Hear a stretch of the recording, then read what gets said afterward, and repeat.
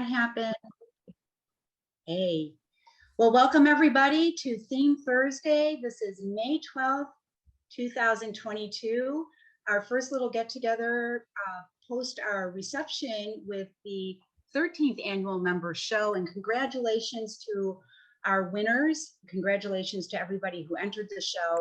And I would like to introduce for you today our esteemed winner, Christine Obers, who's hailing in from the Mariposa area. And Christine, why don't you go ahead and tell us a little bit about yourself, and we'll go ahead and get started. Okay, well, thank you so much, actually, Pastel Society of Southern California, because, I'm so grateful for these Theme Thursdays, because they've been, I don't know, such a help for me through the past 2 years when everybody was isolating. And I've just enjoyed the conversations and just the input of everybody. And I've learned a tremendous amount from everybody. And I'm very, very grateful for that. I'm very grateful also for the award that I just recently won at the recent member show. And that was a 3rd place award in the gold division. And I'm very grateful oh gosh, it was, what's his name? Stan Spurlock and Otto Sturck for the award. So I'm very grateful for that. One of the reasons why I wanted to do this forum is because while I've been doing a very good job of doing commission works and actually being very successful in that part of it, I know very little about selling art outside of the gallery situation. I do have my work inside a couple of galleries, but for the most part, these are galleries that are local or not in big areas. So they do not, we cannot charge the kind of prices that you would get, say, in a big city. And it's my understanding that there are so many ways now that artists can sell their work online. And that's something that I'm very interested in pursuing. I know very little about that right now. My background actually is in advertising and marketing, but it's for things like pizza, and I do really well selling wine and those kind of packaged goods, but art, I don't really know even where to start with it. It seems like with things like with FASO now, and that's Fine Art Studio Online, which that's the host for my website, there are opportunities. I've got a shopping cart system set up on there. I also have print on demand on there now. So there are ways of selling my art that way. I haven't promoted it at all. That's something that I probably will do once I get a few more pieces of art on there that are for sale, and then also a lot more pieces that are in print on demand.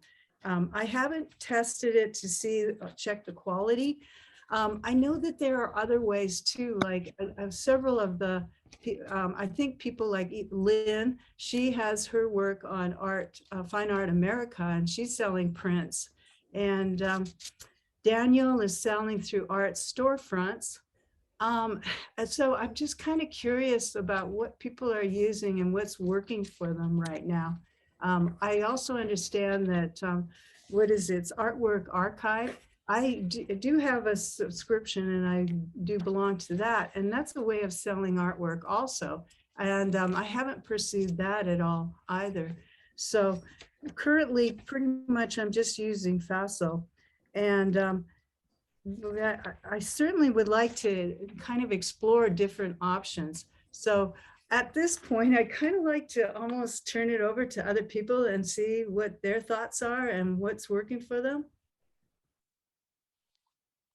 So that's it. Yeah, so does anybody want to jump in? Like, who here is using FASO and who is selling artwork on FASO? Just curious. That would be Margie. Yep. So how's it working for you? Are you getting some sales through it? So, yeah, it's working really well. I could be motivated to be more aggressive on it, but I notice that whenever I do a blog post, I get more people on that. And So I do that. In terms of prints, I have a local guy who does my prints for me across the street, so I'm covered with that. Uh-huh.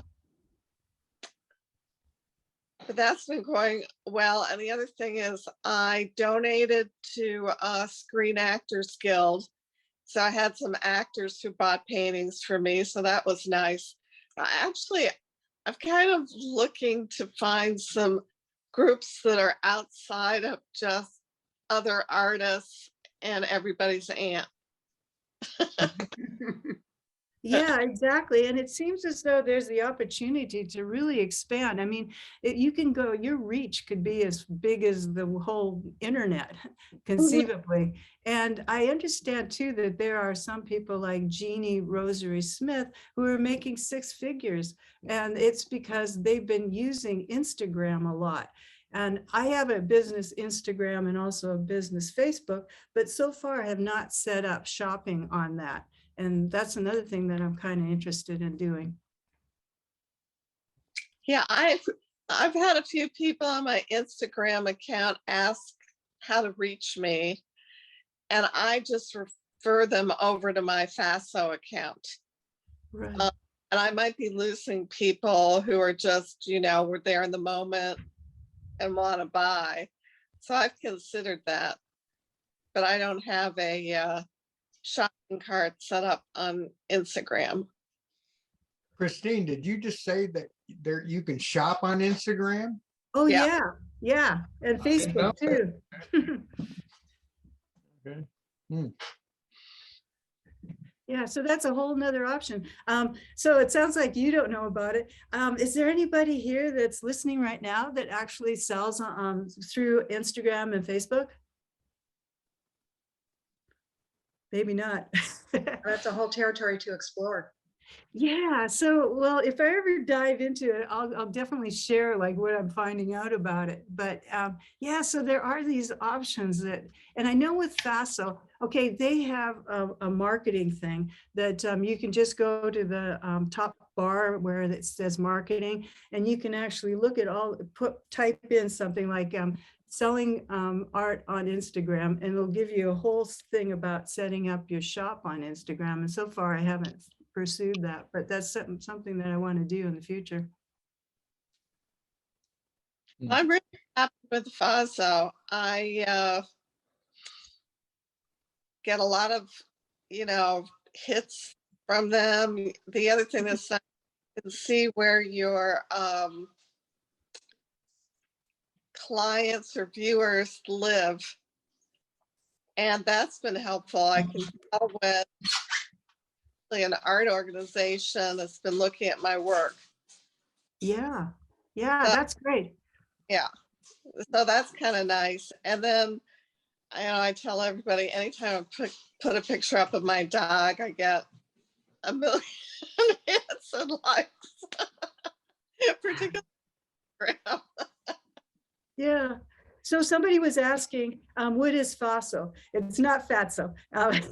It's a Fine Art Studio Online. And it's a service, it's a website provider, but actually they started out maybe about 20 years ago, but they have really expanded from being just a website platform that's specifically for artists to one that helps artists with also selling their artwork too.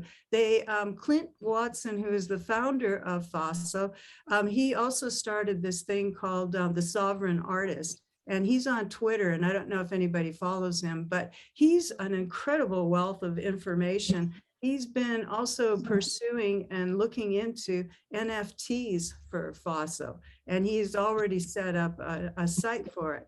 And he's kind of experimenting with it right now and won't advise anybody to go to do the NFTs yet. But yeah, that's very risky. It's very risky. It is very risky. And what they're saying too is unless you are an artist that has a huge following, not to really bother with the NFTs right now, because it is so new and really nobody knows where it's going to go. What's an NFC? It's NFT. Non-fungible Token, Transaction, yeah. token. Token. I didn't get that. One person say what it is. Non-fungible token. Thank you. Never heard of such a thing. So Bernard, Are we having fun yet? yeah, I'm really sorry. I should have my son Jonathan, who's the director of the gallery, who would be able to explain a little bit more about that because it's a little bit out of my territory, but that's something that we could certainly talk about another time. And I see that Daniel has joined us. Yay. Somebody who might be able Hey to have everyone. a conversation here. And then I'm sure when Lynn gets a chance to get back online, she'll be able to pop in also with the discussion. But there was a question that we had in here, and I don't know if it was tongue in cheek about what if your art is not fine art, but just fun? Any suggestions? Do we want to go there? Oh, well, do you want to just sell it? Or are you just doing it for fun, just for showing people? I guess that's where it boils down to. Christine, that was from me. Oh, hi, Jody. Yeah, well, no, there's nothing wrong with doing art for fun. I mean, yeah, it's got to be fun. Actually, I don't know. Everybody always says it. If it's not fun, then you're not doing it right. So yeah, I mean, it has to be fun. But I mean, it should be fun, and then make it a business too. So, and making money should be fun, and selling your art should be fun, and it shouldn't be something that's really stressful. Even though for me right now, because I don't know what I'm doing, it feels a little stressful. So yeah. Yeah, and so you've seen my work. It's really kind of a little off the wall and out there, and I don't have a theme, like Christine's. You can look at Christine's and she did that, but I'm kind of all over the place, and selling through the local gallery is fun. But I just don't know what else I would do if I took another step. Yeah, well, you could certainly sell your artwork online, and actually do, Instagram to promote it. So, yeah, that was just another avenue, because that way you can reach an audience that really would appreciate your art and the way it is so abstract and so loose and so fun. I'm familiar with your art, and I know that that's the way you like to work, is it's very loose and abstract. Right. Oh, yes, what, Rose? What? So Lynn, and Daniel, I know that the two of you are pretty active with selling your artwork outside of the gallery setting. And so we were kind of stuck because nobody else on the, out of the 28 or so that we have with us is really very active in that department. And so we were wondering if you might have something to share. Yeah. I've been doing it full time as a freelancer for a few years, and that's how I make my income. That's how I make my living, is selling my artwork. Lessons and classes are secondary. But yeah, I sell through Instagram. Instagram is huge, Facebook. And, when the pandemic hit, all of a sudden I had to become my own gallery because galleries were closing. And I modified my website to make it more like a storefront where people can go and they can buy a print, they see the price, they can buy an original piece. I even had live art shows on Instagram, which was nerve-wracking at first, to be in front of the camera showing my artwork as merchandise and explaining it to people live. Yeah. But I imagine that was really successful for you. Did you do really well with that? I actually did, surprisingly. Yeah. People tuned in. I sent a newsletter out. People tuned in, and I would make pretty good sales doing selling originals and prints. It'd be like a theme. It'd be like one is like a quote unquote basement sale, like, or a sale that features a bunch of preliminary sketches and such. Different price points for people. So when you were doing that, were you selling directly from, say, Instagram or Facebook? So you actually had a store set up on there? I did have a store set up a few times, but what was more successful was having a landing page. So I would go live and I'd tell everybody, hey, welcome to the show. You know, thanks for being with me. Grab a drink. I'm going to talk about my artwork for the next 30 or 40 minutes. And if you're interested, you can visit this site. And I would tell them like the link, or I'd share the link. It would be on the description of the live art show. And they could go there and they could see all the artwork for sale. And they could buy what was left because I'd have a limited number, and they'd click it and I'd get an email that it would be sold.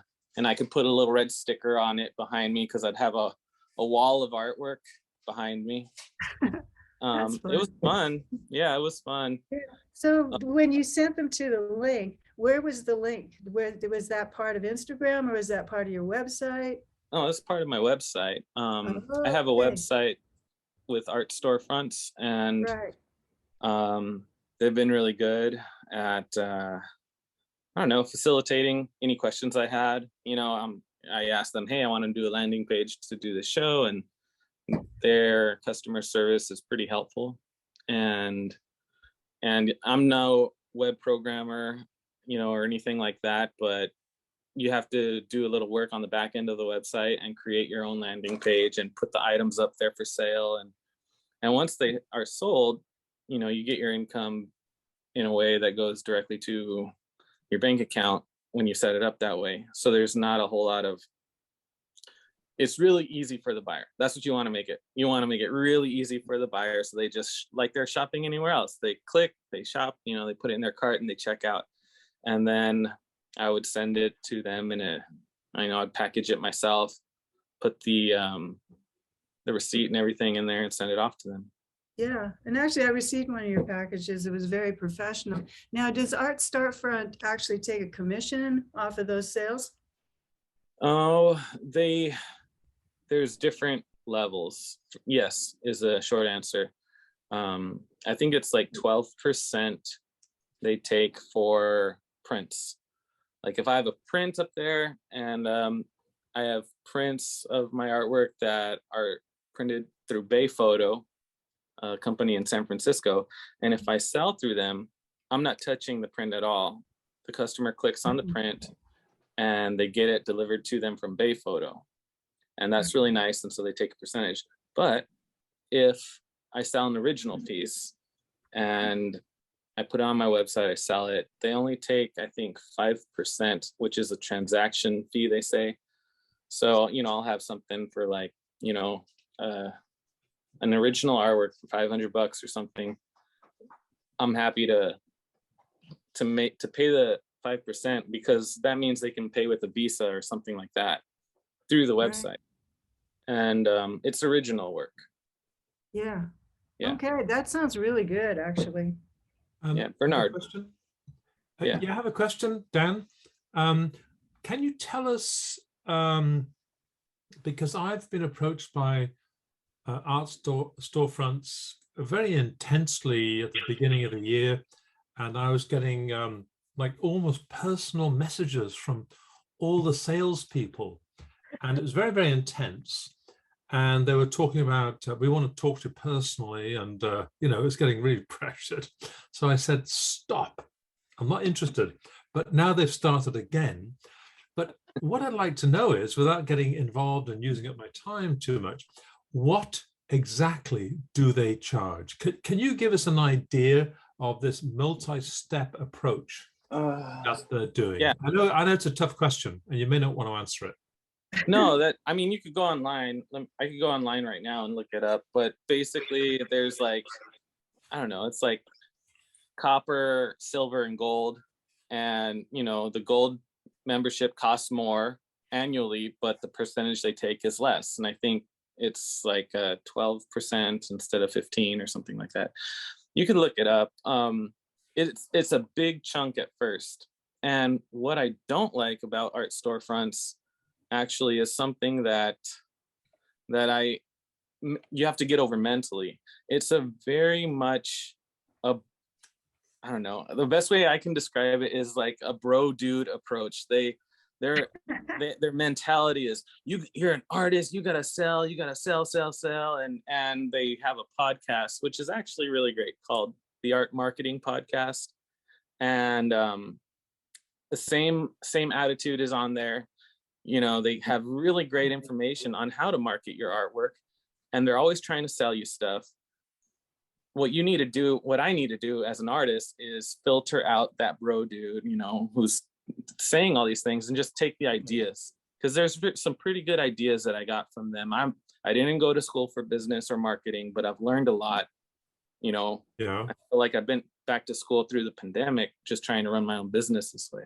And if you can, you know, filter out their crazy attitude, which is they deal a lot with photographers, and they're saying, you know, you take a picture, you just got to ship it, you know, send it, and they want you to be salesmen.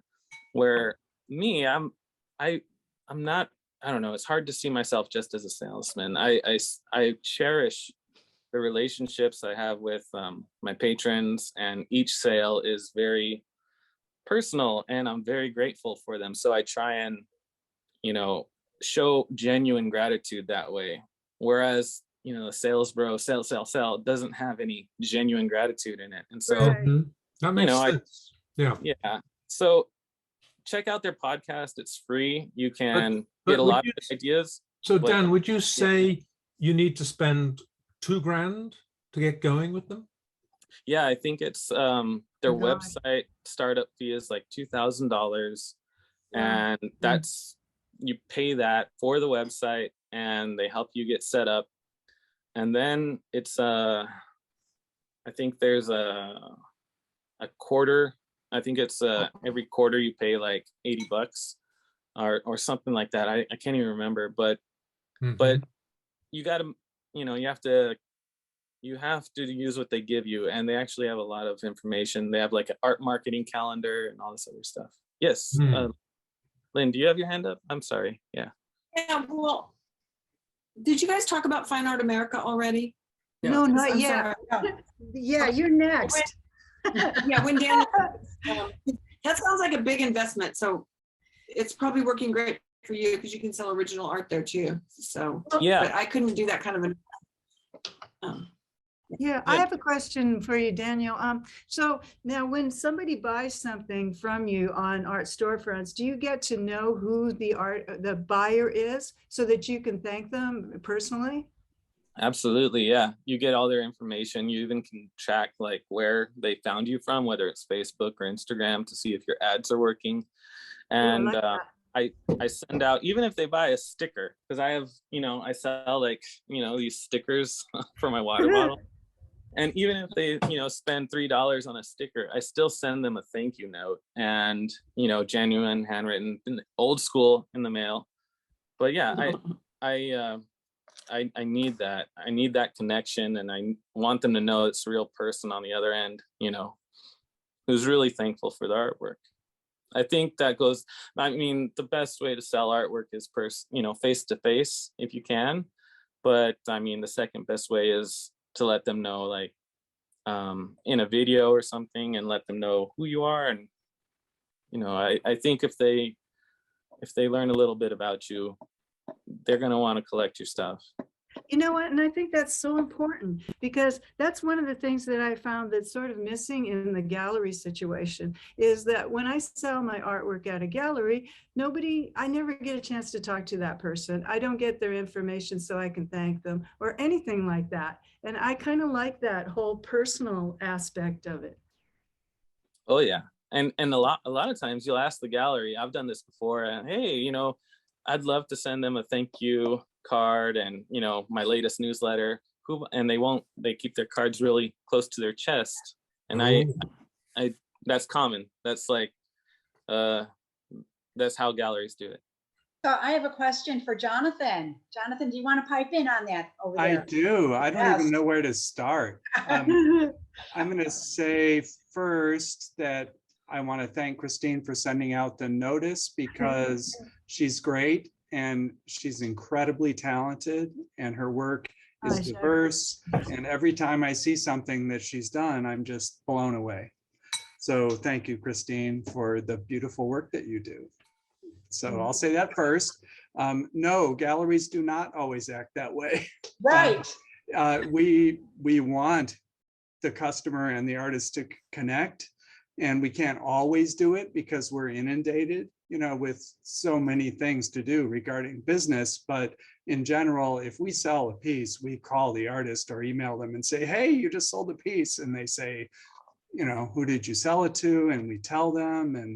And so that's not always the case. If a gallery is being cagey or doesn't want to share, that probably means that you don't have the best business relationship, because it is a two-way street. You have to trust each other. And the artists that we work with, we have a working business relationship and an understanding that we're going to trust each other and help each other. So if, it's not the case. We want artists to know who bought their work, and we want the customer to know as much as possible about the artist. And that goes back to what Christine said, which is, if you are showing in a gallery and you're giving them 40, 50% of your profits, you want to know that they are representing you well. So even if you don't sell something, we talk about you. We tell them how great you are, what you do, why your work is important. And even if they don't buy, if they like your work, we have what we call one sheets, which is just a one-page thing about the artist and their work, and we hand it to them and they take it away with them, so they know. And then if let's say, Christine, you had a piece here at the gallery, they call you, we trust that you will give us our commission on the sale because they saw the piece here. And Right. And so it's a two-way street is my. There is, Jonathan, I agree. There is a lot of trust. And Jonathan, you and I are meeting for the first time today, but my family is opening up an art gallery in Torrance, California. And this all started out with the relationship between a gallery representing an artist and having that trust. And the horror stories that I've heard from artists regarding misrepresentation or theft or just malfeasance on the part of gallery owners back to the artist.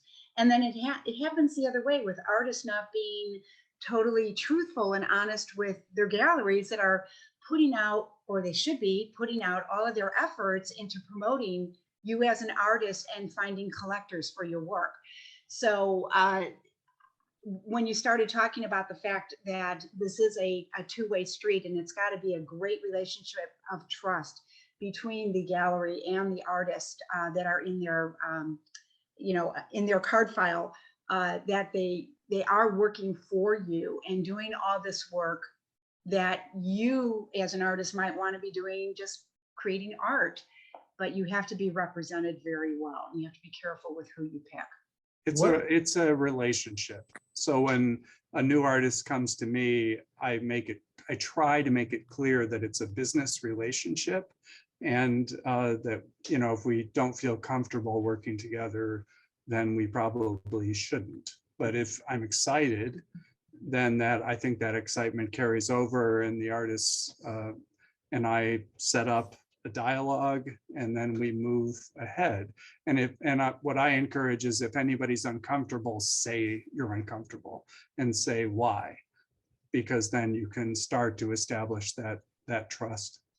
I do have one more question though for Jonathan. Sorry, Chris. Okay. Do you have relationships, Jonathan, with other galleries that if your artist is somebody sees somebody is aware of you and you're contacted maybe by another gallery, do you then help share commissions or have relationships with other galleries? In some cases, ultimately you have to look at every transaction as a unique experience. Mhm. So again, it's about honesty and communication.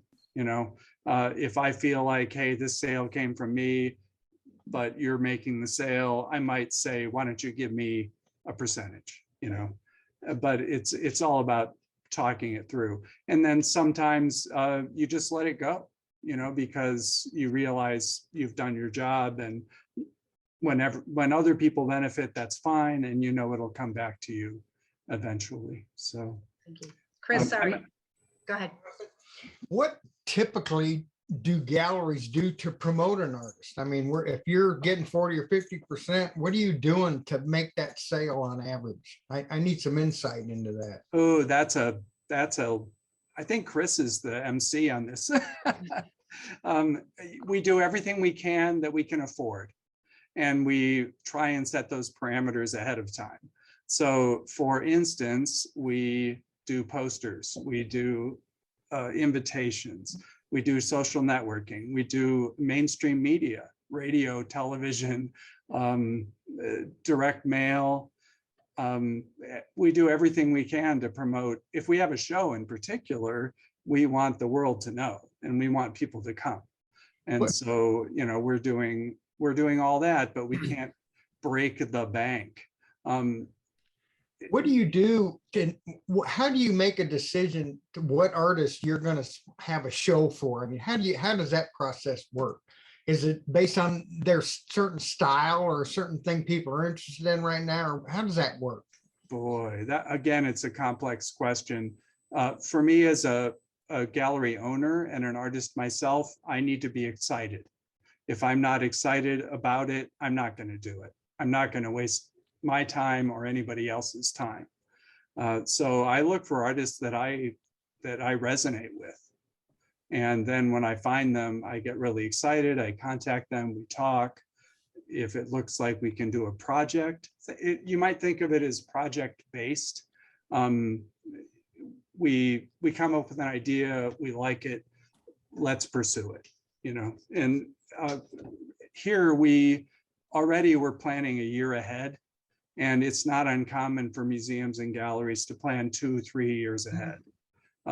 So you pick a project, you get excited about it, you build it, you reach a consensus, and then you start to move into the nitty-gritty of the details of sales and commissions and shipping and marketing and all that stuff. So really think about it as a business. It really is. And we spend a lot of money to stay open, you know, and we know that the artists spend a lot of money to produce their work. So it's a give and take again. Thank you. Jonathan, someone had wanted to know the name of your gallery. I think you said it was in Oakhurst. I'm at Yosemite Gateway Art Center in Oakhurst, and it's a unique place. It's been 5 art galleries here for over 30 years. And we rebranded it as a community art center in December 2019, right before the pandemic. And we've, you know, we're 2.5 years in. And so each gallery here has a different purpose. We have a co-op, we have a special exhibit space. We have a photography gallery, and where I am sitting right now is fine art and folk art, both local, regional, and international. So we're 5 art galleries in 1 shopping center. Wow. Very cool. I want to say one more thing, and I'm going to stop. I was supposed to be home at 6:30, but it's about what you do online is important, and you're going to pick your choices, right? Of which, whether it's Facebook, Instagram, you know, Faso, whatever, art storefronts. But the most important thing is you. People find you because they love what you do. They love your work. And the best artists, the artists that are successful in sales are the ones who build their clientele, pay attention to their clientele, and follow their work with passion. And you have to be who you are. You know, if you're spending half your time promoting, you're not creating your own artwork. So, you know, that's what people are looking for is the artists that excite them. And then no matter where you are, they will find you. And I look for artists all the time, even artists I met 20 years ago. I'm like, oh, gee, I wonder what they're doing now. I'm going to find them online. And I can do that on Google. And no matter where they're showing, I'm going to go take a look. So just be true to your own work. Jonathan, I had a question. Do you search artists on Instagram? I search everywhere. And I usually, personally, I start with Google, and then I will go to where they are. So they might be on Instagram, they might be on Facebook, they might have their own website, they might be on a storefront, but I will find them, see what they're doing. And if I think there's something that we can work on together, I will contact them. That's cool. Do you have an Instagram? I do. Can you, do Can you mind share putting it? that? Yeah. The easiest way to find me personally, I think, is on Facebook. Just search for John Bach. Oh, And okay. then from there, you can kind of percolate out into the other projects. Cool. Thank you for sharing. That's insightful. I hope I didn't say too much. Thank you. Oh, No, no, you not at didn't all, say not enough. at all. This is what this forum is all about. Thank you so much, Jonathan. Yeah, exactly. It's exciting, and I'm pleased to be here. Thank you, Christine. Oh, yeah, absolutely. And I can see too, actually artists can help the galleries a lot by promoting their work online so that and directing their audience to the galleries where their work is showing too. So it can be work two ways and it can work out to be a great relationship.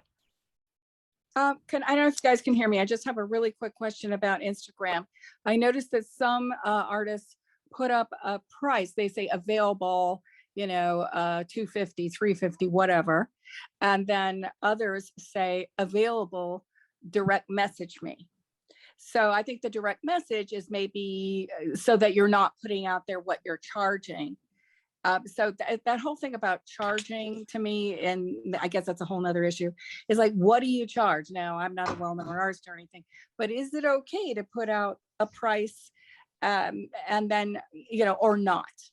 Any suggestions out there? This is on Instagram. No? Right. I've never done it myself, but I guess I don't really know. I would think that it's okay. It might be very interesting and attractive to some people to know exactly up front, because they might think, oh, well, I could never afford it. So, or else it was too much work. I don't want to contact that artist. So maybe it is a good idea. Okay. I view it as a person going shopping. You go to a store, and if you're looking at the things in the window and you go inside the store and they don't have prices on them, that's really frustrating. I like to just, I'll put the prices right on there on my Instagram. There's a store and they can see what everything is.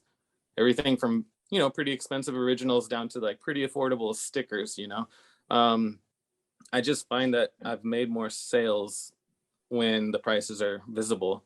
And when the prices are visible, you can also show that you're discounting them for a sale. I mean, who doesn't love a sale, whether it's like, I don't know, Christmas sale, a holiday sale or something like that. Mother's Day. Yeah. Well, that's Yeah. I'm all right. for putting the prices. That's my 2 cents. Now, if for somebody who doesn't have a store, you could just say, DM me, available for this much, DM me. Because I'm not familiar with the Instagram store, I guess, unless you say, look at bio, and then it takes you somewhere, which I haven't done. Well, I've had friends. That's a good question, because is that the template that you want to do? I mean, this is an open question, but is the template to say on Instagram, hey, this is for sale, direct message me, DM me for a price? And I see that certain artists like Frank Serrano, who some of you may be familiar with, he lives up in the wilderness, and he has to survive in the wilderness, but he does these beautiful landscapes with horses and animals, and he's a terrific character. And, he's surviving by sending messages out. Hey, I've got this special, I'm doing a workshop. Here's my latest cowboy or winter scene, DM me. And I wonder if that's an overall successful format. I would think so. I mean, Yes.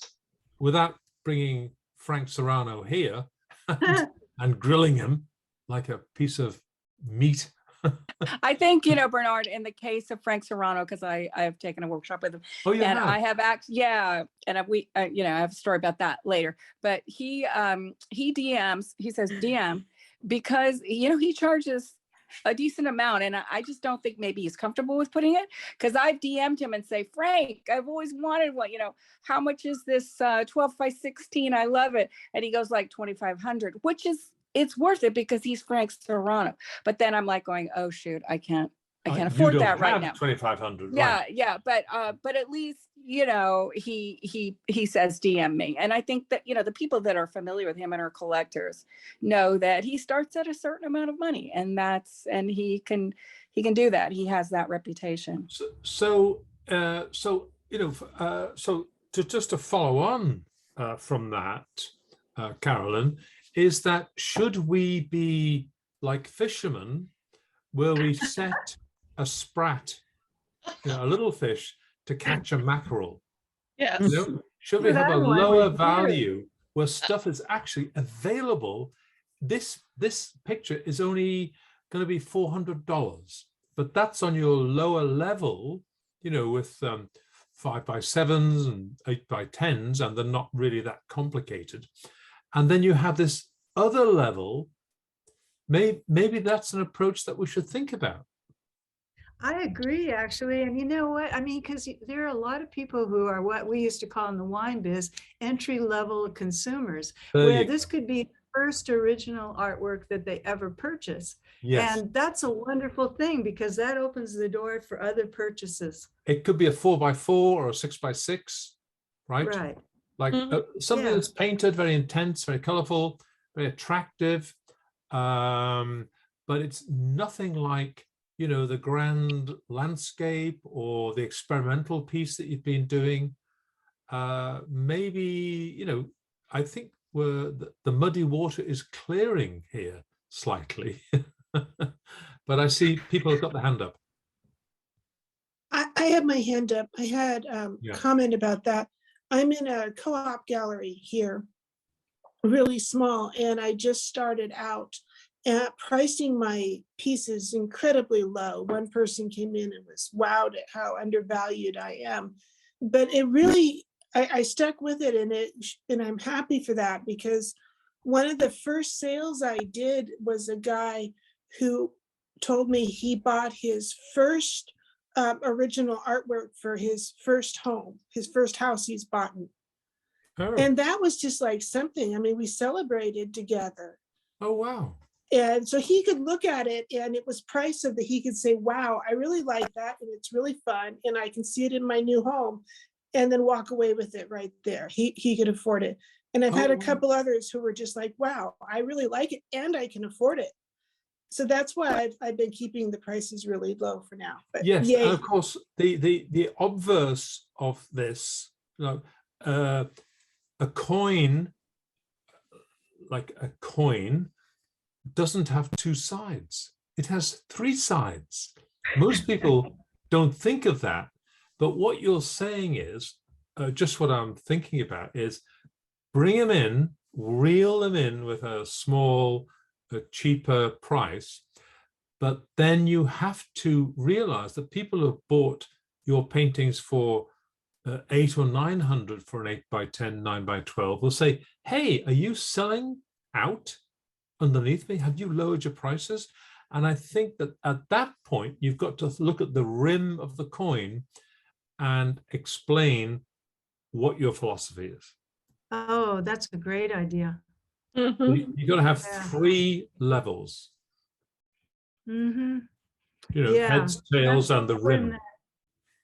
Right. That's where the idea of like having just a one-day special or something like that Daniel kind of alluded to is having, you know, not where you can kind of get away with that, because you don't want to underprice your artwork either.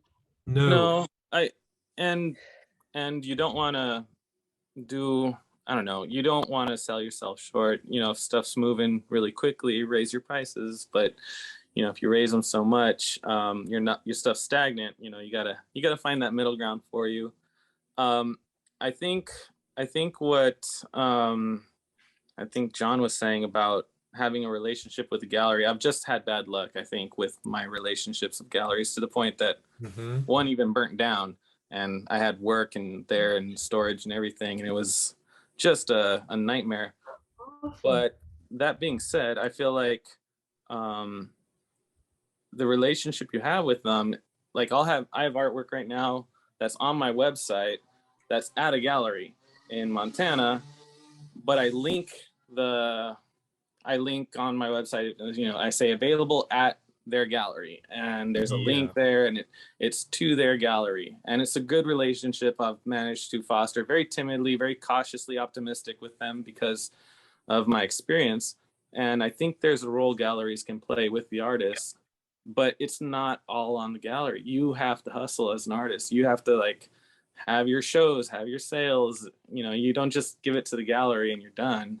Okay, Yeah, like, yeah, they're taking a cut, but you know, you're the artist. You're not just creating content. You're creating opportunities. Yeah, and so you need to reach out. You need to respond to people on Instagram. I think you also need to kind of peel back the curtain a little bit and invite them into your studio, as scary as that is. I think being in the digital era now, we all were forced on screen, you know, like 10 years ahead of time, just from the pandemic. Everybody's on Zoom now. I feel like people want that. They, you know, it's easy. A friend of mine in Seattle just had a show, and it was both. It was via Zoom, online, and in person. And I think it's a new time where all of a sudden it's not just all on the galleries. You know, the artist needs to hustle a little bit also and get the word out. Social media is pretty easy once you get the hang of it, and you can shoulder some of that weight also. I feel like it's a healthy relationship that way, when it's not just somebody's doing the work and somebody's doing it, when it's and you know, I wanted to you know, pipe in a little bit as to what Chris's question had been and what Jonathan was doing, and the envisionment of what we'll be doing at our gallery is when we have events and openings and presentations, which is where a lot of this money goes out for the marketing and creating the buzz and the excitement. Again, if we're excited about something, then we're going to go ahead and share that excitement among people and try and get, you know, everybody to come in and take a look at your work. But having the artist then present during an opening and having them maybe doing a demo and having a chance to actually interact personally one-on-one. You had a little bit of taste of that if you came to the show on April 30th, where we had the 5 quick draw artists, you know, doing their work in person, and people just loved being able to stand around and be able to watch the artist perform, and even get an opportunity, you know, in a drawing to be able to take a piece of artwork home. So that's another thing that, you know, it's this symbiotic working relationship between the artist and the gallery for your marketing, and being able to get that excitement about you and being able to create that space to make that happen. Yeah, I think that's so important, because one of the things that I learned just from sales stuff is that people buy the person and not necessarily the product. So it's huge. That aspect of who the person is dealing with is so important, whether it's the gallery owner or the artist. The people want to buy you because they like what you're doing, what your story is, what your artwork represents to them. So that part is really important. And then there's a lot of education about art to the public. So, you know, you might be somebody that nobody's ever been exposed to, and you can walk into a gallery and be taught, and you know, the education can go. I mean, that's the way I'm going to do it, with education of telling everybody and being very excited about the artist and the representation and why this painting should be on their wall, you know, and being able to do that matchup. So it's just, there's a whole world of people that don't know anything about art and don't know why they need it. Yeah. So I'd kind of like to hear from Lynn, you know, and her experience with Fine Art America, if she's still on. Oh, where did she go? Yeah, and I actually joined Fine Art America after I spoke to Lynn about it, and so I can make a very brief comment about it if you wish. Yes, yes. But Lynn first. Hello, Lynn. I don't think she's she may have needed to leave. Yeah, she fell off the flat earth, off the edge of the earth. But anyway, my contribution to that is that Lynn talks about it, that she'd sold a print. So I explored it, and I uploaded about 40 images, photos and paintings, and all seem to be going quite fine. And I posted a picture of an Irish fiddler, the hands of the fiddler. It was just a close-up photograph taken 20, 30 years ago. And somebody I knew ordered a notebook with that image on the cover. And that was kind of exciting. That was an instant, recognition. But in between all that were various people commenting who were members of Fine Art America, saying, hey, I loved your picture. I'm going to put it as my favorite. So there's quite a few of those comments. But I thought, well, how do they function with ordering a print? And I didn't pay a lot of attention to it, but I ordered a print of a pastel I'd done years ago, 25 years ago, of Avalon Harbor, and the result came back and it was very bluish, like there was a lack of yellow. And I contacted them saying this was really not a very good print, and they said tough doo-doo. Oh, that's good. And so that's the important message. You've got to check if you join a print on demand, you want Yes. to order a print. So does it turn out like you want it to turn out? And so as a result of that, I went back to a scan from 25 years ago, and I just uploaded it yesterday, but I haven't ordered a print. So that's another factor with print on demand. Vernon, Right. I got a question for Hi, you. Joan. Do most of these art Okay, markets, I'm watching. do they want to print for you, or can you control your own printing and quality and whatnot? Well, I think that answer is because my monitor, the monitor, whatever, the buyer's monitor are all different. And you've got to take a risk.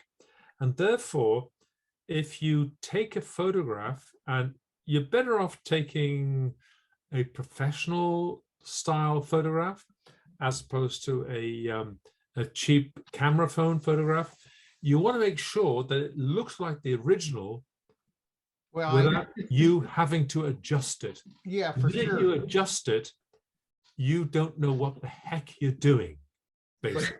But you don't have control over what they're doing either. If you're ordering No, print from because them and they're shipping it direct to your client, you don't ever see it and you don't know what That's- it looks like. that's what I'm talking about. So, I don't like that. That's tough. well, I'm just know- saying, print on demand depends on some averaging in terms of how does it look.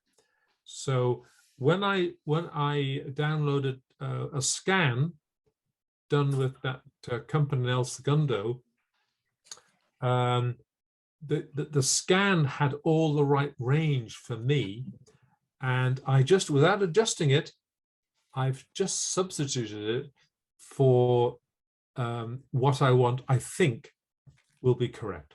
So this is the issue. You've got to test it. So if you do FASO, and I've been with them for a couple of years, I haven't yet gone to the download, but I will do. Thank you, Christine, for mentioning that. You want to make sure that something that you're familiar with, order it for $10 or order the cheapest one, and then have it sent to you, and then you'll build your trust. Right. I'm definitely going to do that because, Yeah. I know that one of the things that they've told me is that the customer doesn't know what the original looks like. And so it doesn't really matter. But I mean, I've so far never ordered one. So I can't say whether it's really that bad or that good yet. Daniel, you have your hand raised, and then Margie. Okay, Margie was ahead of me, I think. okay. I belong to Sci Art up in, where the heck am I? Camarillo today. The dark side of the moon. studio, which is great. And I share a studio with a very contemporary artist. So we get a real interesting mix of clients in our studio. And I was going to say, to my friends who would like to come and do a class, you could do a class in my studio. If you'd like to do one actually at the Blackboard Gallery, which is, I think, fairly well known up in the Central Coast, I would help you write a proposal that it has to go to the board. And also we're pretty, like Jonathan was saying with his gallery, we are with longer shows, we're already into next year, but the gallery has separate shows. And then in our art alley, we also are doing shows. So I have a lot of opportunities. And I was talking to one of my friends who wants to go to Ojai and asked me if I would go along for one of the festival things, which is a really wonderful town to sell your artwork in. Ojai's close to me now, so I'm considering it. But the thing with the festival is you have to pay setup charges, sometimes electrical, and you have to figure, you can go up there and set up and spend all that time, maybe walk away with, people think this is great, I made $500 or $800, but the amount of time they spent setting it up, getting the right equipment, the whole thing, you might be in the hole actually, $1,000 or $2,000. Right. Absolutely. Yeah. I wanted, but now that being said, I was actually with Otto and we showed up on Ventura on Main Street. And it was really great because both of us, and that was, I'm going to say 10 years ago or whatever. But the funny thing was we had this guy come up and say to us, you two are really too good to be in the middle of a street. Well, that's That's a compliment. He got some, because Otto did leather jackets, spray painted designs on them in his early years. And we just laughed the whole weekend about that, but we thought it was so great. Did you sell anything? Yeah, I did. Okay. Yeah. But actually, I was contacted by a dealer in Montecito. It was really great. Unfortunately, he passed away. But that was really nice. All right. Now that Santa Barbara waterfront show also is a really good one because there are certain areas that have a real mixed clientele. And I have artwork that ranges from, $200 to $3,000. So that's kind of my range. Yeah. All important information about selling. Yeah. So David, you had a comment or you had your hand up? Oh, Dan. Daniel? Yeah. I'm I was going to talk about a few things, but one of the things I can go into is when you're at one of those shows, I've done the art fair circuit, and it's like some days you sell out, some days you get rained on and you don't sell a thing. But you make those connections, people get to know your name. And I've been doing this since 2007, full time since 2013. And it's a slow growing tree, to get these kind of results where you can say, I'm doing it full time. It's something that takes a while. And, each time you're out there getting a new lead, a new person who visits your artwork online or, puts their sticker on your water bottle. Sometimes Kath was out there seeing me paint Alla Prima during the pandemic. I had to get out of my studio and get some fresh air. And as I'm painting, people are out walking, enjoying the evening, and they're keeping their distance, but they're looking at what I'm doing, and they ask a few questions, and they get a card. So I think there's creative ways artists can keep finding new leads, and entering these shows that you're talking about. If you enter an auction, that's really exciting. You get your artwork in an auction, the sold, and that's really exciting.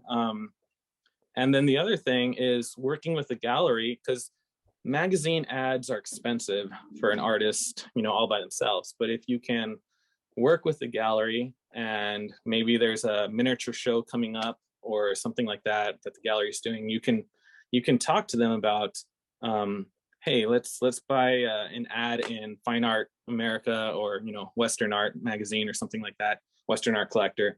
And you have to be proactive. You have to be excited about these things. This is not only the way you're making a living, but it's your experience as a human being, and you're sharing it with other people.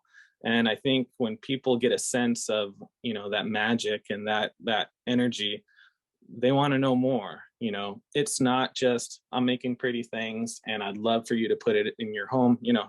It's saying, as an artist, you have to let them know, like, this is my life, this is my love, and if you're genuinely passionate, I think, the more you talk about it, the more you're in front of people, you're going to get better at communicating that magic to them. Oh. And it takes practice. And I think, if you have friends, you can, interview each other on whatever, you can, talk, just I want to say, be creative with getting new leads.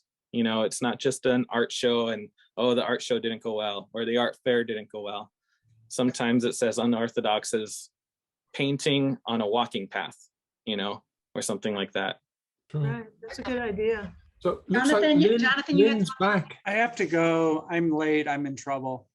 Oh, well, thank you so boy. much for adding to the conversation. This was My wonderful. pleasure. Daniel, you rock. Yes. Oh, What Yes. you said was great.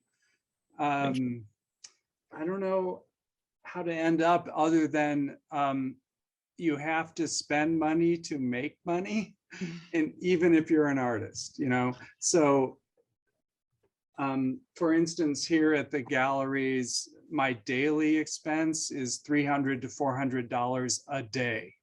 On That's what? what we spend to keep the doors open, to pay the bills, the rent, the Yes. electric, everything. So think about that when you're doing a show. Should I spend the $150 to do this exhibit? Should I do the postcard? We spend every single day, we spend that amount of money to promote the artists that we represent and to keep our doors open for the public. Sure. So remember, you have to spend money to make money. And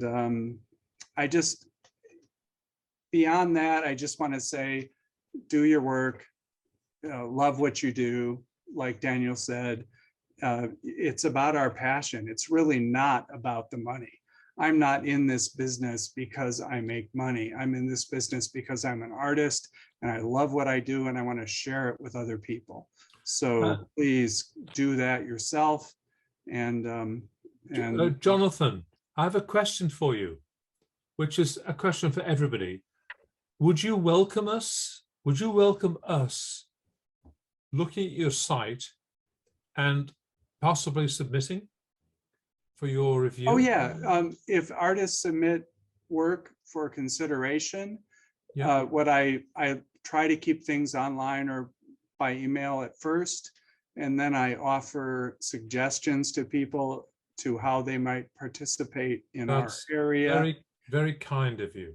Yeah, Thank so first we look, then we decide if it's something that could move ahead. Nice. And with that, adieu. Thank you so much for having me. Thank you, Christine. You are so wonderful. Thank you. All right, you have a good night. Bye, Jonathan. Thanks, Jonathan. Bye. Bye. Kath, you asked me to unmute. This is Lynn. Hi, yes. We're You you had still your here? hand up earlier and I didn't know if you wanted to pipe in and then we weren't hearing from you. Yeah. I had to leave and go eat dinner. Sorry. I'm at a dinner party, so I had to leave. But I'm back for a minute. I'm so sorry I missed everything, you guys. I'm up at the ranch getting ready for my daughter's wedding, which is less than a month away. So I'm gonna be a You little can't crazy. use that excuse But too many what- times. She only gets I another know. month. She only gets another month. But what I wanted to add to the conversation is I have been doing a lot of things that don't cost anything for a very long time.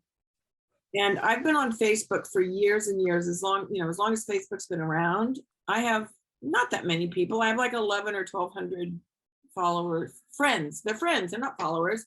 They're friends on Facebook from all times in my life. And I have sold more paintings on Facebook than anywhere else. And when I post a painting, I think you are your brand. Your brand is, your paintings are beautiful and whatever your style is, but people who know you are your first audience. I'm a marketer. My background is marketing and public relations. The people who know you, they might say, oh, I want a Daniel Gonzalez. I want a Lynn Addig. I want a Kath Anderson, because they know you. And so you are your brand, first of all. The artist has to stand behind the work. And those personal connections are the strongest connections that you will ever have. And so sometimes I would post a painting and someone would private message me and say, how much is it? I want to buy it. Oh, my Mac is I got to plug it in a minute. If I die in a second, right. The other thing is I've just started fineartamerica.com for prints. And I've sold some things on Fine Art America, and I love it because you don't have to do anything. You can set your own margin.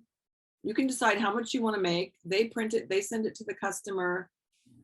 And they can get a shower curtain or a bedspread. I think that's kind of cool. Or an iPhone case. If you have a piece that you love, spread it around. People can buy a tote bag. They can buy a coffee mug. Yeah. Maybe that sounds like, merciless marketing, promotion, shameless marketing, whatever you want to call it. It's not. I think people that love you, they want to celebrate. I've sold coffee mugs and keychains and iPhone cases. And I think that, they might buy, something that's 10 or 20 bucks, but eventually they're going to look at that business card inside their home, even if it's on their water bottle eventually. And they're, you know what, I wonder what, he's up to. And they might buy it.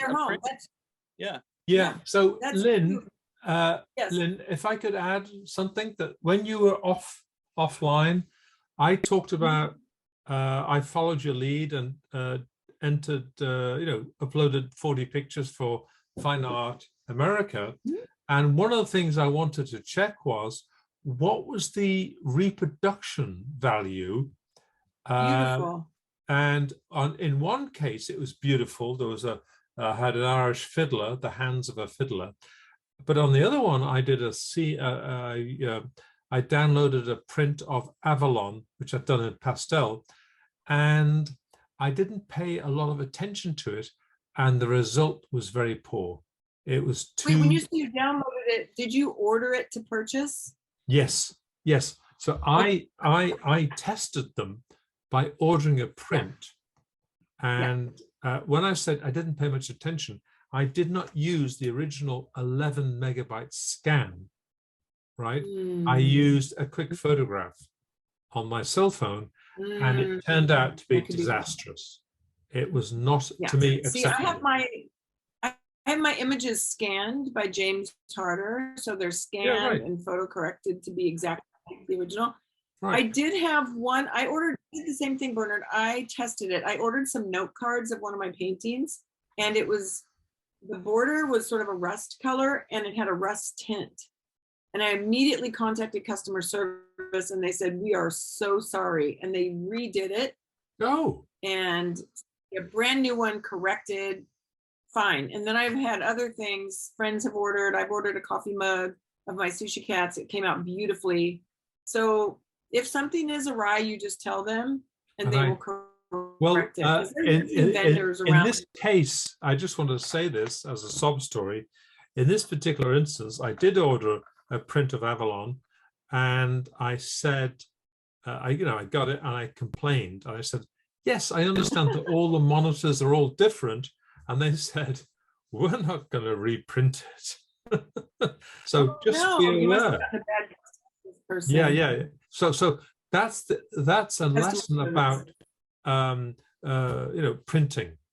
So Yeah, printing, yeah. it's not, and I don't want to repeat anymore, but that's my story. You know, actually, if you could put into the chat somewhere, the company that does your scanning, I would love to get that, because I will probably have to send my artwork to these places to get them Oh, scanned. okay. Well, there's Bernard, two. Bernard, There's Bernard, if you there's could just go ahead two. and put it into the chat, just go ahead and Well, put it into yeah. the Well, chat. let me just say that there's two sources. There's James Harter in San Pedro. I just put that in the chat. Yeah, but and I trust him Look, as Lynn does. And the other thing was Graham Nash. Oh, yeah. I'm heard talking about about that. El Segundo. 20 years ago did my scan. Ha! Yeah, I know. He got into that because he bought some really amazing equipment for doing it. Yeah, because Graham Nash was a Brit who was very interested in photography. And he Right. has a fantastic history and sideshow with his photographs. And he put a lot of money into the creation of the duplication of watercolor, right? And it ended up being becoming a fine art industry based in El Segundo. And it was, and they call these things with this fancy French name with reproductions, which what was the name they used? Lycée? Giclée. I'm sorry. Yeah. Thank you, Christine. Yeah. Giclées. And Right. all it was a desire to print exact copies of watercolor print on watercolor paper. So I don't want to distract everyone. Thank you. Oh, that's a great little deal. But this was the Thank you. I origins of almost died. Giclées was Graham Nash of Crosby, Stills, Nash and Young. I know. Isn't that incredible? Yeah. And he was from Northern England. Very gifted person. Yeah. Incredible. Manchester or Newcastle or somewhere in between. Yeah. So anyway, sorry to have talked a bit too much. Oh, no. This is what I wanted, actually, was for people to join in and share. Yeah. So I think if you look at Nash Reproductions or Nash Industries, El Segundo, you'll find the company is still alive. So anyway, that's my story and I'm sticking to it. I have one more. Have you guys talked about like donating to auctions or some of these high profile events? No, we didn't talk about promotion. Okay. No, I think it was purely... I want to talk about that a little bit. A lot of people don't like donating artwork, and I get that. You know, it's one thing to donate it to a cause or a children's hospital or something, and they're getting good benefit. But for example, I'm taking part in an event this weekend. Bernard, you're in this too, right? It's the Palos Verdes Art Center, the Circle Group, the fundraiser, the support group of the, they're doing a fundraiser, which is at someone's home. It's a mansion. It's $175 to attend. So they're inviting collectors and people in Palos Verdes that are in the market to buy artwork. And they asked 40 of us, they invited us to donate 2 pieces. One is a miniature, which will be just completely donated. The second one is a larger piece that will be auctioned off and the artist will get 50% of the auctioned price. Correct. I said yes, because this is an audience of people. First of all, it's an invitational, which is really nice. Second of all, the people are paying $175 to come to the event. They're looking for artwork. They're supporting the PV Art Center, and something like this, you're going to get noticed by a lot of homeowners and collectors that are looking for art for their homes. So something like that, which is very targeted, if you're able to be part of that, I say, yes, do it. Yes, I'm donating 2 paintings, which ouch, kind of hurts because it's expensive to frame. Yep. But And it remember, could- Lynn, it's too late now to apply. Yeah, it's too late to apply. This was already done. For this But one. sometimes one thing leads to another. So we were part of another event where I had my sushi cats. And that led to this because they invited all those artists who had submitted to that other thing. So it's just like keeping your eyes open for things that you can participate in the community that might create some very dedicated collectors that will come back to you later. Well, may I suggest, Lynn, Overlook that. that Yes. it's not too late for everyone here to apply to the TOCA exhibition. It's a Nice. one-day Oh, show okay, in Torrance. The Torrance Cultural Arts Cultural Center. arts. Yeah. exhibition. I Yes. can't give you details, but you've got to use your Well, own it's initiative. I think you can apply through, is it online jury shows, Bernard? It could be, TOCA. but I would just say City of Torrance Fine Art Show. Let's say. Yeah, Go for the that. Torrance Cultural Arts Center. It's a one-day exhibition, which they get thousands of people, and it's a one-day exhibition, but They they do get a lot do. of people through there. That's right. Ooh, Lynn, I like when is that. that? Bernard, when is the date of that, the TOCA exhibition? It's like I think next it's to June tomorrow. 26th. So yeah, you have to go No, there no, it's straight Saturday. away. Well, I don't know what the deadline. Saturday, June 26th is the exhibition. Is that a Saturday? Well, if Yeah, but you have to apply right away. Yeah, so let me just say there's an interesting connection with our PSSC show, because as you leave the PSSC show, you look at the back of the mannequin on the right in the window, and the mannequin is wearing the t-shirt that publicizes the TOCA. Right. Yeah. So Ooh, subliminal advertising. thank you, Kath. I'm gonna go look tomorrow. Well, Question. yeah. But Question. anyway, it's a way of reducing my competition. But I think we should be sharing this stuff all the time. Oh, absolutely. Yeah. I got a question for everybody. What are your thoughts about what's going on with street art fairs? Are they coming back since COVID, or what? Have you heard much about that? What's going on with that? Well, a bunch of them are back, but there's No, I another don't one know. that I want to mention to you all, since we're sharing information, is the California 101, directed by Nina Zach Ladden. I couldn't be at the meeting tonight because it was the same time as this, but look up California 101, especially if you're an interesting artist.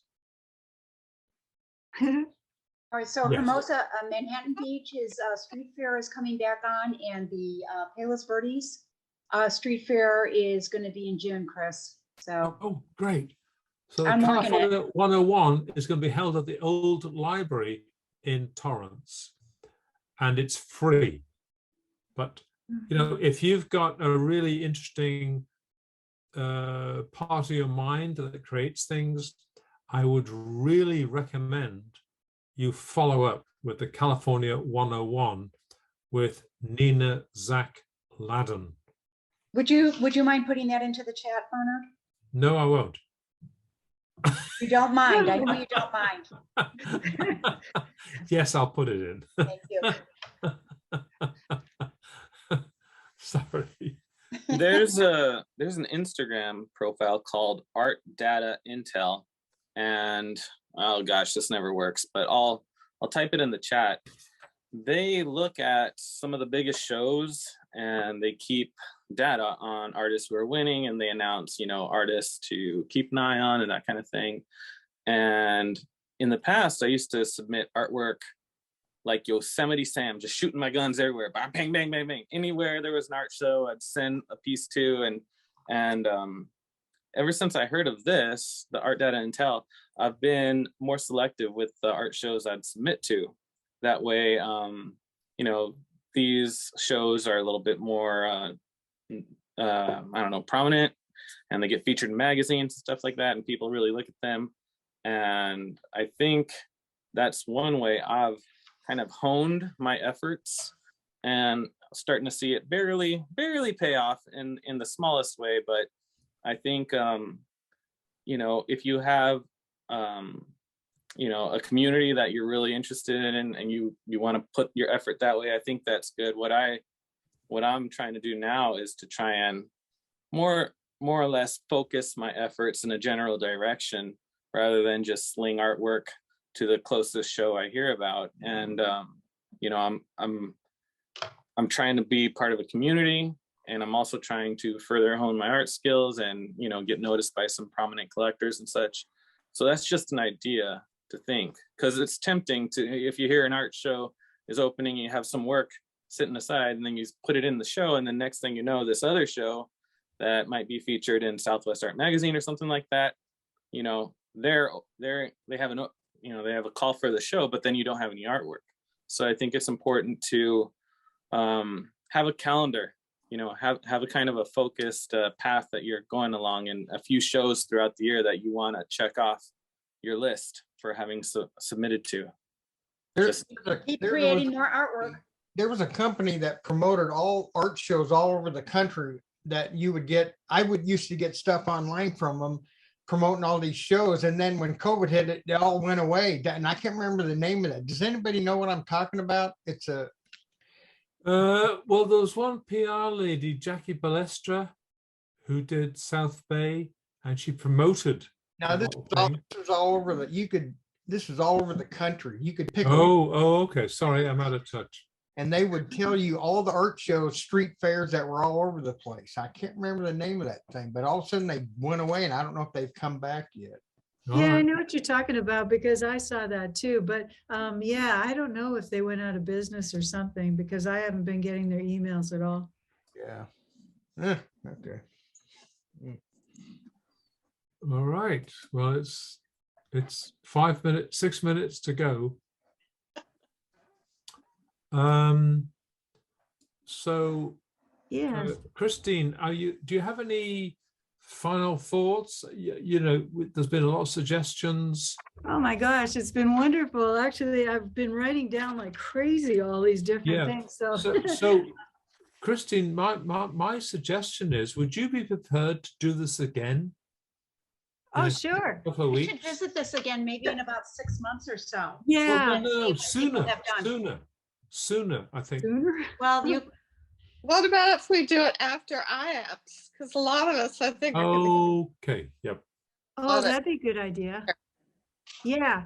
Okay, that sounds like a good idea. Yeah, because I do want to follow up on, there's some things that we didn't even talk about, like things like Artsy. And I don't know if anybody is familiar with that, but they have all kinds of art auctions and things like that that are available that I'm going to be checking into.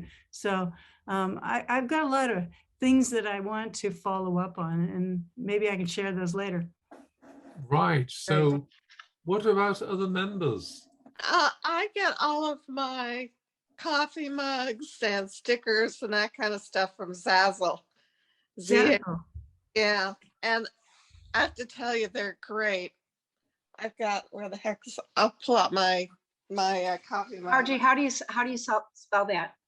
Oh, Z like zebra, AZZLE. Yeah, and actually I know some people who sell their artwork that way too, on pillows, and you know, it's almost like Fine Art America, where you can sell all kinds of things like t-shirts and towels. Yeah, I don't know. It must be used sometime. Anyhow, they're great, and they get things to me right away. And the cards have been terrific. I sell cards, both the Blackboard Gallery and out of my studio.